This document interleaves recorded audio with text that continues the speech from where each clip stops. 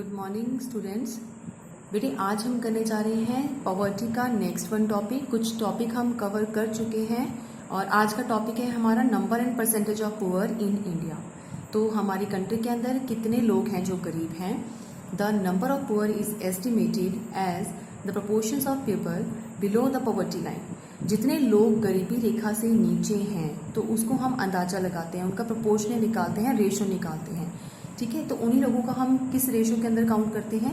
Head count ratio. अगर आपको एक नंबर में आ जाए हेड काउंट रेशो क्या होता है तो उसका ये फॉर्मूला है number of poor people upon total population. अगर टोटल पॉपुलेशन में जितने लोग गरीब हैं अगर हम चेकआउट कर लेते हैं तो उसको क्या बोलते हैं? Head count ratio. यानी कि हमारे पास रेशो या प्रोपोर्शनल आ जाता है गरीब का। ठीक है, कितने लोग गरीब हैं। तो यहाँ पे जो गरीब है इसका हम एस्टिमेशन लेते हैं। एक दो डेटा हमें यहाँ पे याद करना पड़ेगा। ज़्यादा आपकी बुक में डेटा गिवन है तो इतना हमें डीपली नहीं याद करना। कुछ मेन जो पॉइंट्स हैं वो हम इसको कवर कर लेते हैं। इन 1973 एंड 74 के बीच में more than 320 million people were below the poverty line. ठीक है, 320 मिलियन पीपल जो थे वो क्या थे? पॉवर्टी लाइन से नीचे थे इस टाइम पीरियड के अंदर। इन 2011-12 में अगर हम बात कर रहे हैं तो this number has come down to about 270 million. तो ये जो थी पॉवर्टी का जो कंसेप्ट था वो काफ़ी कम पड़ गया था 2011-12 के अंदर। तो कितने मिलियन लोग गरीब थे? 270 मिलियन। पहले कितने थे? 320। ठीक है, ये तो था नंबर वाइज। अगर हम प्रोपोर्शनल देखें, इसका परसेंटेज में चेकआउट करें तो in terms of proportional in 73 to 74 about 55% of population was below the poverty line। 55% की पॉपुलेशन थी जिसको हम गरीब कहते थे और 2011-12 में it has fallen to the 22%। ठीक है, और इस तरह से वो गरीबी कितनी कम हो गई? थोड़ा कम हो गया। ये कितने परसेंट रह गई? 22%। कौन से ईयर में? 2011 to 12 की डेटा के हम चेकआउट करते हैं तो सो इन 2011-12 जो हमने डेटा कलेक्ट किया है उसके अकॉर्डिंगली हमारी 80% पॉपुलेशन जो है वो कहाँ पे रहती है? ठीक है, 80% पॉपुलेशन हमारी सिर्फ रूरल एरिया के अंदर रहती है और यानी कि सिर्फ 20% पॉपुलेशन जो है वो कहाँ पे रहती है? अर्बनाइजेशन के अंदर, अर्बन एरिया के अंदर। So it means that more than 3/4 of the poor in India still reside in villages. यहाँ की रूरल एरिया के अंदर रहते हैं। यानी कि अगर हम यहाँ पे बात करें कि 2011-12 के अंदर जो गरीब हैं वो कितने कम पड़ गए हैं? 22% तक कम हो गए हैं। तो अभी इसी का जो गरीब पर्सनस है उसका 3/4 जो हिस्सा है वो कहाँ पे देखने को मिलता है? हमें रूरल एरिया के अंदर देखने को मिलता है। और उसका जो 3/4 के अलावा यानी कि कितना रह गया? 1/4 पोर्शन कहाँ पे देखने को मिलेगा? हमें अर्बन एरिया के अंदर देखने को मिलता है। राइट, तो अगर हम स्टेट वाइज बात करते हैं कि स्टेट में कहाँ कहाँ गरीबी कितनी कितनी है तो यहाँ पे 6 स्टेट की हम बात करते हैं। Tamil Nadu, Uttar Pradesh, Bihar, Madhya Pradesh, waste Bengal and Orissa. ठीक है, it contain a large section of poor in 1973-74। तो इन स्टेट के अंदर ज़्यादातर गरीबी देखने को मिलती है। From these state, these two state West Bengal and Tamil Nadu, out of these. ठीक है, फ्रॉम दीज मतलब आउट ऑफ दीज स्टेट। तो इन जो ऊपर दिए हुए 6 स्टेट में से 6 में से ये 2 स्टेट ऐसे हैं। कौन सी? West Bengal and Tamil Nadu. Reduce poverty level, जिन्होंने अपना पॉवर्टी लेवल को कम कर दिया है, much better than the other state. तो दूसरी स्टेट के कंपैरेटिवली अगर देखा जाए तो यहाँ पे गरीबी जो है वो काफ़ी कम हो गई है। तो आपको बेटे यहाँ पे इतना ही डाटा जो है वो कलेक्ट करना है। बस नंबर ऑफ पुअर या परसेंटेज में बताना हो तो आपको ये 2 सालों को आपने कंपेयर करके बता देना है। 73-74 का डाटा ले लीजिए और 2012 और 2011-12 का ले सकते हैं। अगर आपके पास पॉसिबिलिटी है आप सर्च करके यहाँ पे बिल्कुल लेटेस्ट डेटा अगर ले सकते हैं तो वो भी आप बीच में एक लाइन उसकी भी एडिशन कर सकते हैं। ठीक है बेटे, नेक्स्ट टॉपिक है हमारा causes of poverty. So next है कॉजेज ऑफ पॉवर्टी। तो ये बहुत ही इंपॉर्टेंट टॉपिक है हमारा इस चैप्टर का। तो इसमें हम पॉइंट्स कर रहे हैं विशेष सर्कल ऑफ पॉवर्टी। ये विशेष सर्कल क्या होता है? जो रेगुलरली मूव करता रहता है, यानी कि टर्न वाइज वहीं पे घूमता रहता है। That is the vicious circle of poverty. तो ये पॉवर्टी कैसे मूव करती रहती है? जैसे कि अगर हम कहते हैं कि गरीब, अगर हमारे पास लोग ज़्यादा हैं इंडिया में, अगर हम डेवलपिंग कंट्री की बात करें जहाँ पे गरीबी ज़्यादा है तो उनकी इनकम कम है। ठीक है, लोगों की अगर इनकम उनकी डाउन है तो वो सेविंग भी कम करेंगे। अगर सेविंग उनकी कम है तो इससे नेक्स्ट क्या होगा कि इन्वेस्टमेंट अगर वो करने की सोचे तो वो नहीं कर पाएंगे। इट मीन्स इकोनॉमी के अंदर इन्वेस्टमेंट भी कम होती है। अगर इन्वेस्टमेंट कम होगी नेक्स्ट में तो जीडीपी भी कम होगा, और अगर जीडीपी कम है तो नेचुरली है कि इनकम भी कम होगी इकोनॉमी की। तो ये हर चीज क्या है इकोनॉमी के अंदर कम होता है। अगर इनकम भी कम है तो नेक्स्ट में फिर से क्या होगा, सेविंग कम होगी। ठीक है, तो इट मीन्स क्या है यहाँ पे अगर हम हर चीज को लेके चलें कि सेविंग कम है, सेविंग कम है ये हम लेके चलते हैं। क्यों? क्योंकि इनकम कम है। अब इनकम कम क्यों है कि जितने इंफ्रास्ट्रक्चर हमें इकोनॉमी के अंदर मिलने चाहिए उतना इंडिया के पास इंफ्रास्ट्रक्चर नहीं है, उतना इंफ्रास्ट्रक्चर अच्छा नहीं है, लैक ऑफ कैपिटल है, लैक ऑफ टेक्नोलॉजी है, या अदर कंसेप्ट हमारी कंट्री बाकी जो एडवांस कंट्री है उनके साथ कॉम्पिटिट नहीं हो पाती है प्रॉपरली अपने लेस रिसोर्सेज की वजह से। तो ये सारे पॉइंट्स हैं जो कि क्या करते हैं हमारी इकोनॉमी को कम इनकम देते हैं, और जिसका पूरा इम्पैक्ट क्या पड़ता है हमारी गरीबी के ऊपर पड़ता है। तो सेविंग कम है, इनकम कम है, तो इनकम कम है तो इट मीन्स क्या होगा, पॉवर्टी भी ज्यादा होगी। ठीक है, तो ये एक पॉइंट है हमारे पास, विशियस सर्कल ऑफ पॉवर्टी। कोई पॉवर्टी जो है इस तरह से घूमती रहती है। लो इनकम तो आगे क्या होगा, लो सेविंग, और उसमें कंजम्पशन, जितना पैसा कमाया गरीबों ने उतने खर्च कर दिया, तो सेविंग तो है ही नहीं है। इसी तरह से इकोनॉमी के अंदर ऑटोमेटिकली गरीबी बनती है। लो रिसोर्सेज एंडोमेंट, यानी कि जो हमारे पास रिसोर्सेज हैं वो प्रॉपर नहीं होते। एंडोमेंट मतलब प्रॉपर अवेलेबल नहीं है, एबिलिटी नहीं है। The house hold is poor, कहते हैं वो जो लोग उन्हीं को हम गरीब कहते हैं, उन घरों को हम गरीब कहते हैं इफ इट्स एसेट, जितने भी उनके पास एसेट है मतलब उनकी प्रॉपर्टी है, चाहे वो उनकी जमीन है, उनके पास जितना पैसा है, उनकी खुद की लेबर है, स्किल है, वो सब क्या है, उनकी एसेट है। ठीक है, cannot provide an income above the poverty line, अगर ये सारी एसेट उनके पास कम है, कितनी कम है, कैसे अंदाजा लगाएंगे हम कि ये जो एसेट्स हैं वो इकट्ठी कंबाइन करके भी कांट प्रोवाइड एन इनकम, इतना पैसा नहीं दे सकते कि उनको गरीबी रेखा से ऊपर उठाया जा सके। ठीक है, तो मान लो कि वो घर क्या है, गरीब है, सिंपल।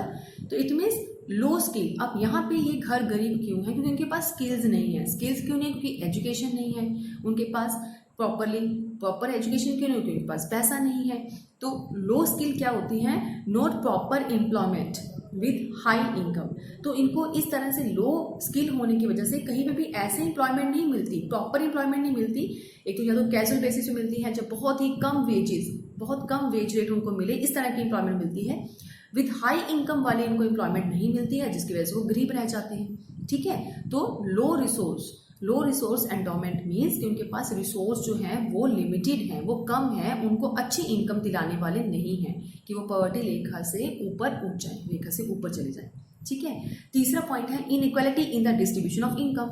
हमने ये पॉइंट बार बार यहाँ पे डिस्कस किया है इकोनॉमी के अंदर, हमने प्लस वन में भी पढ़ा था और आज भी पढ़ रहे हैं, उससे पहले भी हम रीड कर चुके हैं कि हमारी इकोनॉमी के अंदर जो पैसा है, इनकम है, नेशनल इनकम, उसका डिस्ट्रीब्यूशन जो है वो इनइक्वल है, प्रॉपर डिस्ट्रीब्यूशन नहीं होता है। जो अमीर है वो ज़्यादा अमीर हो रहा है, जो गरीब है वो अभी भी गरीब हो रहा है।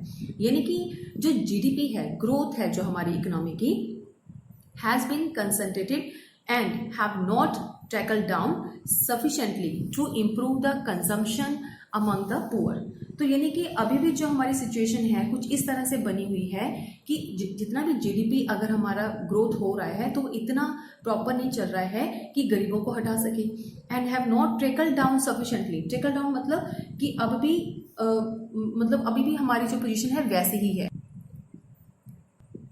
तो जो बेनिफिट जीडीपी का मिलना चाहिए वो मिल तो रहा है लेकिन सबको नहीं मिल रहा। ट्रिकल डाउन यानी कि सबके पास नहीं पहुंच रहा है सफिशिएंटली तरीके से।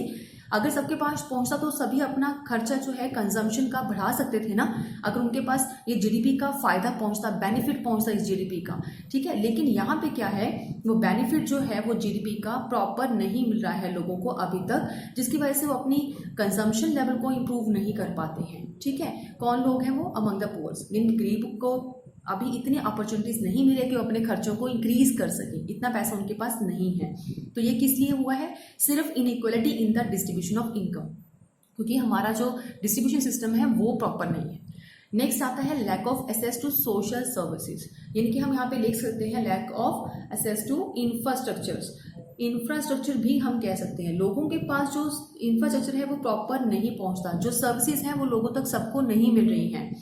Lack of access to social services, जिस तरह की हेल्थ की फैसिलिटी, एजुकेशन की फैसिलिटी, ये कुछ ऐसी फैसिलिटी जो गरीबों तक जाती ही नहीं है।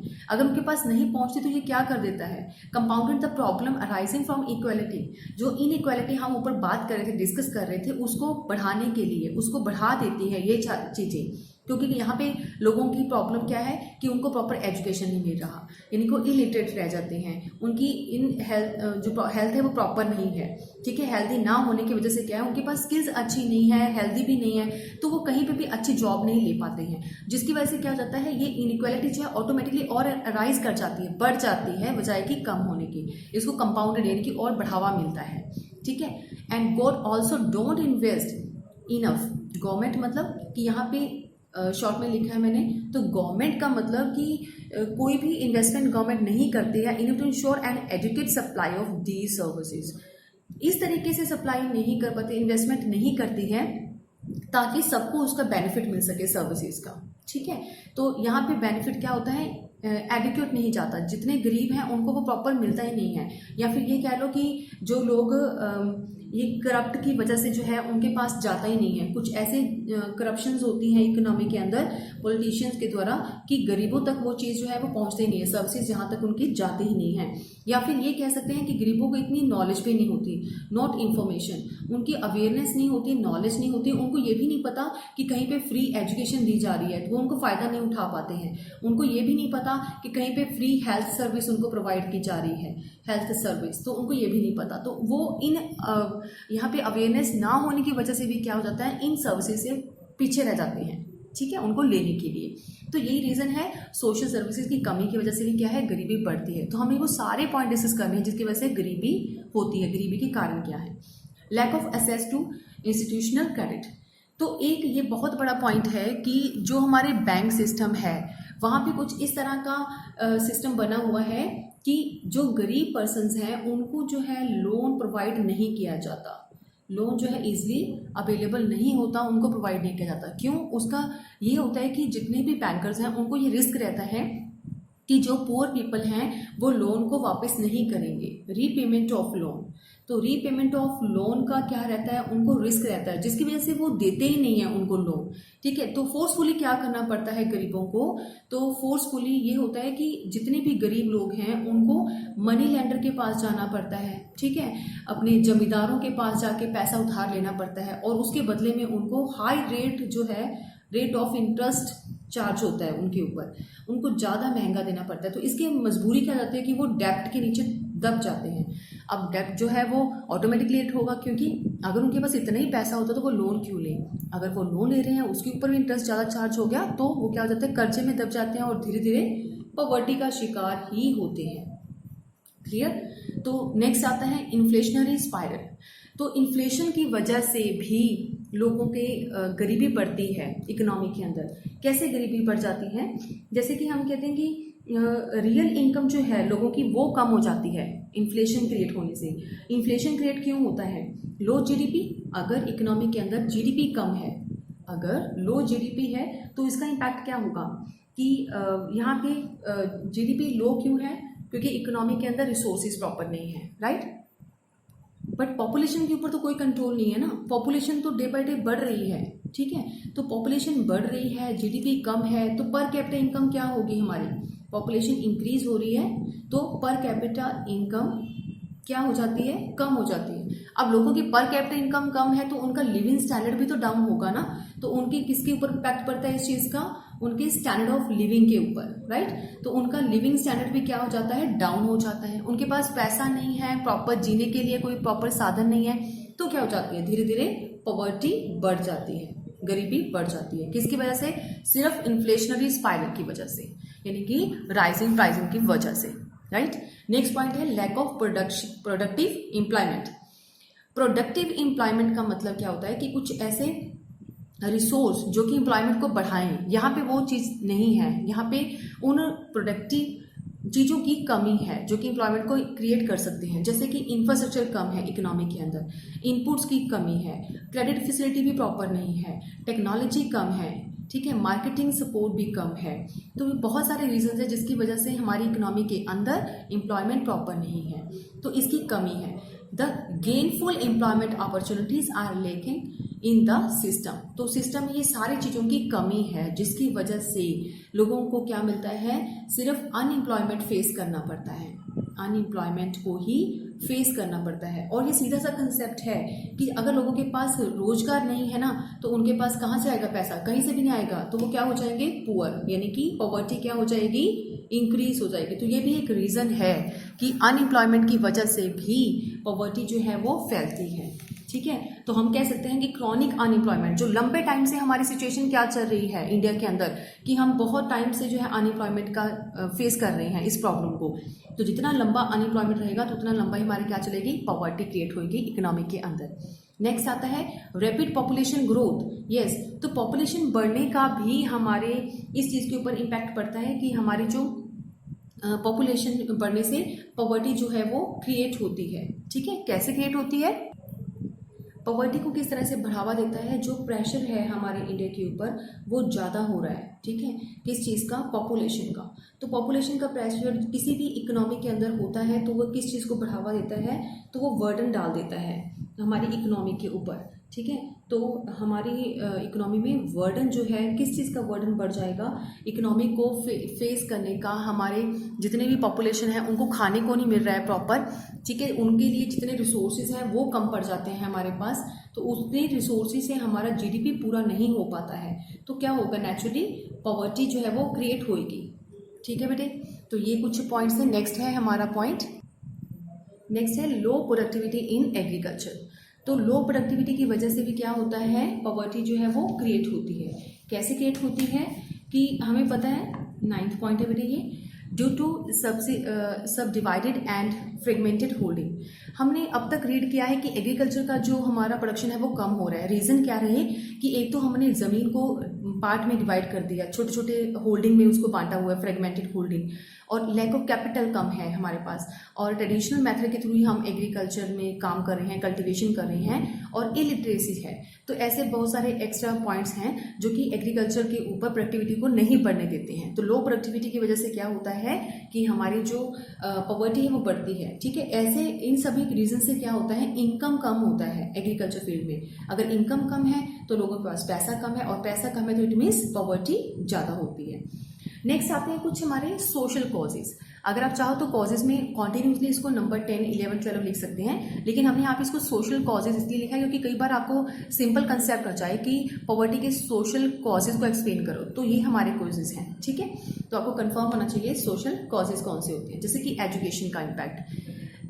हमारे पास जो एजुकेशन है बेटे वो लोगों के पास नहीं है ज़्यादा। पुअर जो सेक्शन है हमारा वो इसलिए भी पीछे रह जाता है क्योंकि उनके पास स्किल्स नहीं है, नॉलेज नहीं है, एजुकेशन नहीं है, और एजुकेशन ना होने की वजह क्या है, उनके पास इतना पैसा इन्वेस्ट करने के लिए नहीं है। Right, so the earning power is affected by the investment in individuals education. अगर एक इंडिविजुअल पर्सन की एजुकेशन की ही बात करें ना, तो उसके ऊपर अगर हम खर्च करते हैं तो उससे उनकी अर्निंग पावर इंक्रीज होती है। जितना ही बड़ा पर्सन पढ़ा लिखा होगा उनके लिए उतनी ही अर्निंग पावर जो है वो बढ़ जाती है, पैसा ज़्यादा कमा सकते हैं उनके अपनी स्किल की वजह से या अपनी ट्रेनिंग की वजह से, एजुकेशन की वजह से, ट्रेनिंग की वजह से। बट गरीबों के पास ऐसा पैसा ही नहीं है। However poor people don't have the fund for human capital investment and thus limited their income। तो इसीलिए क्या होता है, उनके पास इतना पैसा नहीं है कि वो एजुकेशन के ऊपर खर्च कर सकें, and this it limit there income. तो वो क्या होता है, इसलिए उनकी जो है उनकी लिमिट हो जाती है इनकम की, क्योंकि उनके पास पैसा कम है, जिसकी वजह से ह्यूमन कैपिटल इन्वेस्टमेंट जो है वो नहीं कर पाते। इसीलिए वो क्या जाते हैं, उनकी स्किल्स कम होने की वजह से भी वो ज़्यादा पैसा नहीं कमा पाते और गरीब हो जाते हैं। कास्ट सिस्टम का भी बहुत फर्क पड़ता है पॉवर्टी को बढ़ाने का। The subordinations of the low caste people by the high caste people cause the poverty. ठीक है, ऑफ द फार्मर्स। तो यहाँ पे हम बात कर रहे थे कि जो इफेक्ट पड़ता है लो कास्ट पीपल का ऊपर हाई क्लास लोगों का, यानी कि हाई कास्ट पीपल का, तो वो भी किस चीज़ को बढ़ावा देता है, गरीबी को बढ़ावा देता है। कैसे? तो वो इस तरह से, क्योंकि कुछ ऐसे पर्सन्स होते हैं जो कि हाई कास्ट वाले होते हैं, वो गरीबों को क्या करते हैं, एक्सप्लॉयट करते हैं। लो कास्ट पीपल को क्या करते हैं, एक्सप्लॉयट कर जाते हैं, ठीक है, या उनको किसी भी एंगल से आगे आने ही नहीं देते, सिर्फ कास्टिज्म की वजह से। तो वो आगे नहीं आ पाते हैं, जिसकी वजह से उनका इनकम लेवल जो है वो इंक्रीज ही नहीं हो पाता और वो गरीबी को ही मूव करते रहते हैं, ठीक है। सोशल कस्टम, ये भी हमारा एक सोशल कॉज है। The rural people generally spend a large percentage of annual earning on the social ceremonies like marriage, death feast, ठीक है, एक्सेट्रा। तो अभी तक हमने देखा है कि गांव में अभी भी क्या होता है, यहाँ पे जनरली अगर हम लाइफ में कहीं पे भी देखते हैं तो ऐसा ही होता है कि हमारे कुछ कस्टम्स बने हुए हैं, तो उस कस्टम्स को पूरा करना हमारे लिए एक बहुत ही मेन काम हो जाता है, ठीक है, हर एक पर्सन के लिए। तो गरीब पर्सन ये नहीं सोचता कि उनके पास पैसे हैं या नहीं है, उन्होंने अपनी मैरिजेस के ऊपर जो भी उनकी लाइफ में या उनके फैमिली मेम्बर्स के लिए होती है, उनकी लाइफ में आने वाले कुछ ऐसे पार्ट, मैरिजेस हो गया, डेथ फेस्ट हो गया, तो उनके ऊपर वो काफ़ी खर्चा कर देते हैं, ठीक है, जिसकी वजह से उनको बोरो करना पड़ता है पैसा इन रिक्वायरमेंट्स को पूरा करने के लिए। कहाँ से? कहीं से भी उधार लेते हैं, बैंक से लोन ले लेते हैं या फिर मनी लैंडर से लोन लेते हैं और डेट का क्या हो जाते हैं, शिकार हो जाते हैं, ठीक है, डेट ट्रैप में दबती चले जाते हैं। तो इससे क्या हो जाता है, गरीबी और उनकी लाइफ में बढ़ती चली जाती है, ठीक है। बेटे आज हमने बहुत सारे पॉइंट डिस्कस किए हैं पॉवर्टी को लेके। अगर आप चाहो तो इसमें से कुछ एक्स्ट्रा पॉइंट जो आपको कहीं से भी मिलते हैं किसी और बुक में से, तो आप वो भी ले सकते हो। ज़रूरी नहीं है कि हमने यही पॉइंट नोट डाउन करने हैं, आपके पास ये टॉपिक होना चाहिए, क्योंकि बहुत सारे कॉजेज हैं इकोनॉमी में। कई बार आप अपनी तरफ से बना लेते हो कि मैम इस तरह से टॉपिक बन सकता है, पॉवर्टी के बढ़ने का ये भी रीज़न है, तो वो इशू नहीं है। कुछ अपने पॉइंट से आप एडिशन करना चाहो तो वो कर सकते हो, ठीक है, जहाँ से भी आपको कंफर्टेबल लगे। तो बेटे ये था हमारा पॉवर्टी का, कॉजेज ऑफ पॉवर्टी का टॉपिक। तो नेक्स्ट टॉपिक हम करेंगे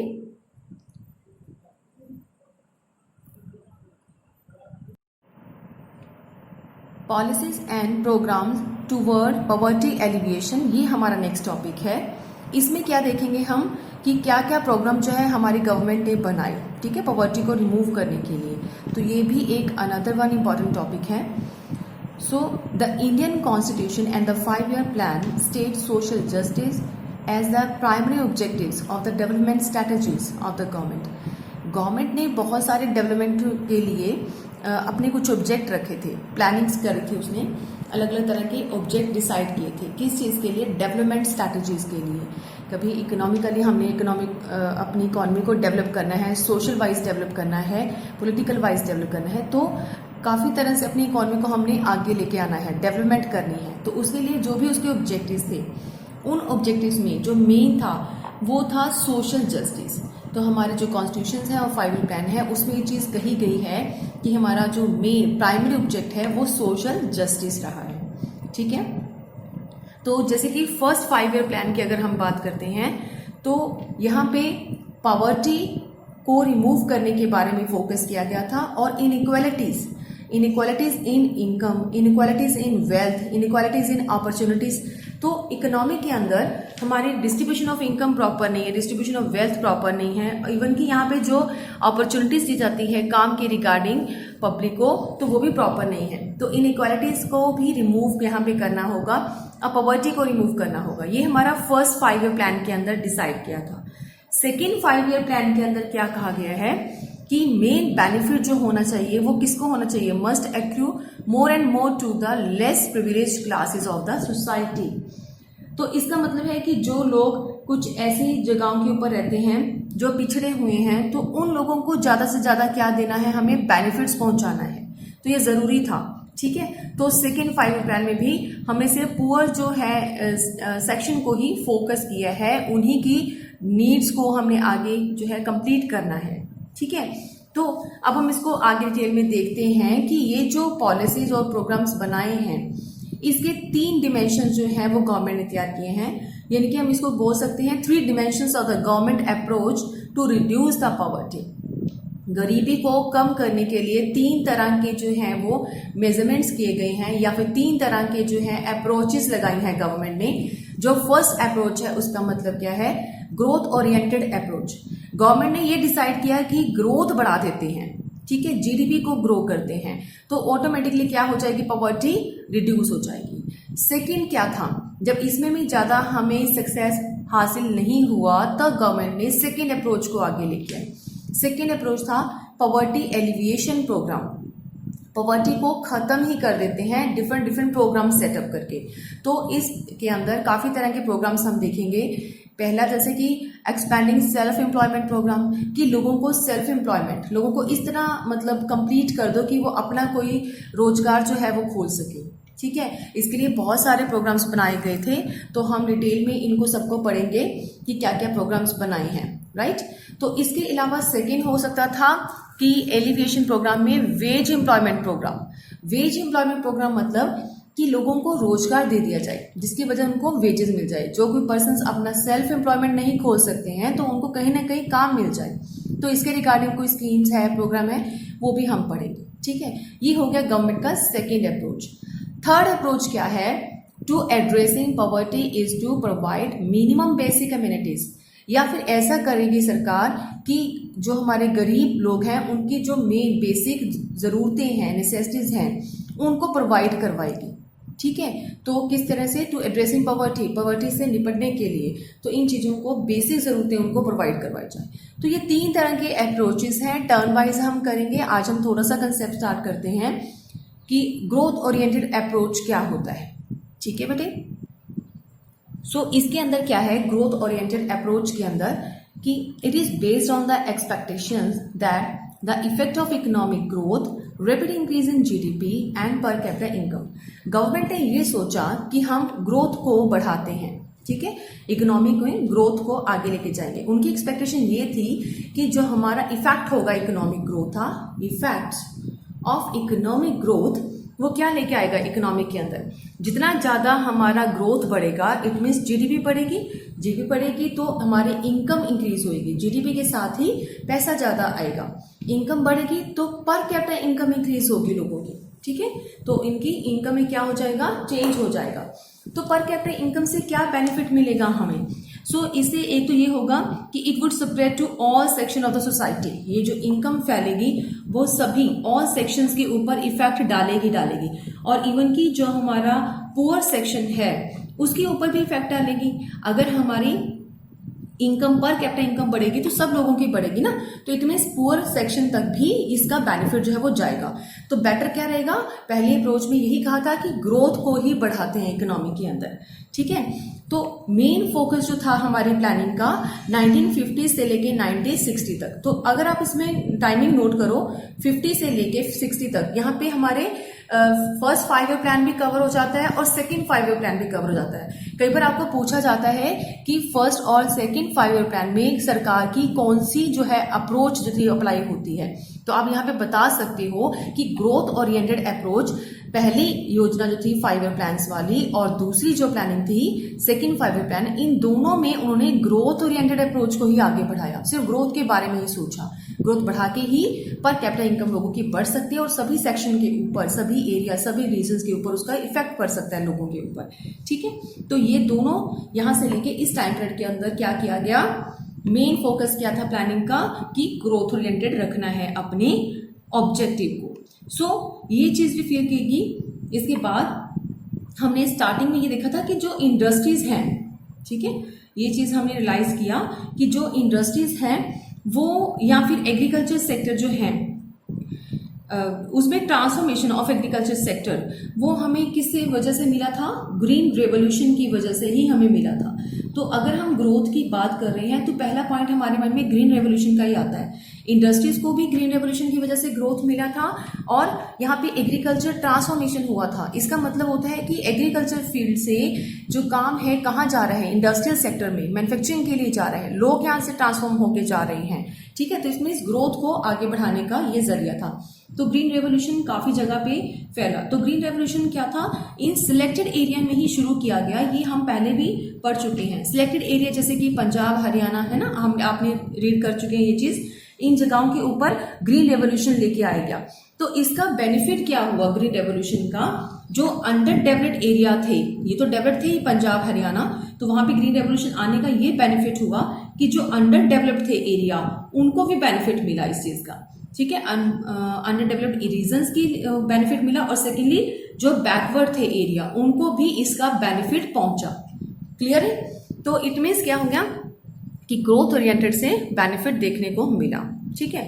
बट वी फेल्ट दैट, लेकिन ये चीज हमने रियलाइज की कि overall growth of agriculture and industry have not been impressive. ये हमने पिछले चैप्टर में बेटे रीड किया हुआ है कि जितना गवर्नमेंट सोच रही थी उतना अच्छा इफेक्ट हमारे ना तो एग्रीकल्चर फील्ड से हमें मिला, ना ही हमें इंडस्ट्रियलाइजेशन फील्ड से मिला, ठीक है। तो वहां की पोजीशन इतनी इंप्रेसिव नहीं थी। क्यों नहीं थी? पॉपुलेशन भी तो टाइम टू टाइम बढ़ रही है, तो पॉपुलेशन ग्रोथ जो थी वो इतनी ज्यादा इकोनॉमी के अंदर हो रही थी कि उससे जो हमारा पर कैपिटा इनकम है वो लो हो रहा था। पर कैपिटा इनकम क्या हो रही थी? हमारी डिक्रीज हो रही थी। अगर पॉपुलेशन ना बढ़े, सिर्फ ग्रोथ बढ़े, तब तो पर कैपिटा इनकम हमारी अच्छी रहेगी, सबको उसका बेनिफिट मिलेगा। लेकिन इकोनॉमी के अंदर पॉपुलेशन भी डे बाय डे इंक्रीज हो रही है। सो इससे क्या हुआ कि पर कैपिटा इनकम से कम होने से गैप बढ़ गया रिच और पुअर के बीच में, ठीक है। तो गैप इंक्रीज हो गया। इंक्रीज किनके बीच में? पुअर और रिच के बीच में, ठीक है। तो ग्रीन रेवोल्यूशन के वजह से यहाँ पे डिस्पैरिटीज क्रिएट हो गई between the large and small farmers. तो ग्रीन रेवोल्यूशन ने एक तो अच्छा काम किया कि ग्रोथ करनी थी, लेकिन यहाँ पे हमें सिर्फ डिस्पैरिटी, इनइक्वालिटीज देखने को मिली ज्यादातर। तो लोगों के बीच में जो था पुअर फार्मर्स रिच फार्मर्स के बीच में ऐसा फर्क देखने को मिल गया, ठीक है। पुअर फार्मर और जो रिच फार्मर्स थे, राइट बेटे। तो इन चीजों की वजह से कहीं ना कहीं ये लगने लग गया कि ये जो ग्रोथ ओरिएंटेड हमारी अप्रोच थी वो काफी नहीं थी पॉवर्टी को रिमूव करने के लिए। तो इकोनॉमिस्ट क्या सोचते थे कि यहाँ पे अगर हमें कोई बेनिफिट चाहिए तो इसके लिए कुछ अनदर करना पड़ेगा। तो economist growth has not trickle down to the poor, यानी कि इस वजह से तो हमारी जो प्रॉब्लम थी, यानी कि जो गरीब थे उनकी प्रॉब्लम्स को ट्रिकल डाउन नहीं किया जा सका, उनको कमी नहीं आ पाई, ठीक है। तो इसी के बाद क्या किया गया कि जितना भी ऑल्टरनेटिव था कुछ सोचने के बारे में सोचा गया कि कुछ नया ऐसा करना चाहिए जिसको हम आगे लेके जा सके। वो बनता है हमारा पॉवर्टी एलिविएशन प्रोग्राम। तो बेटे अभी के लिए सिर्फ इतना ही करते हैं, ठीक है। नेक्स्ट वाली वीडियो में हम नेक्स्ट टॉपिक को कंटिन्यू करेंगे। ओके बेटे।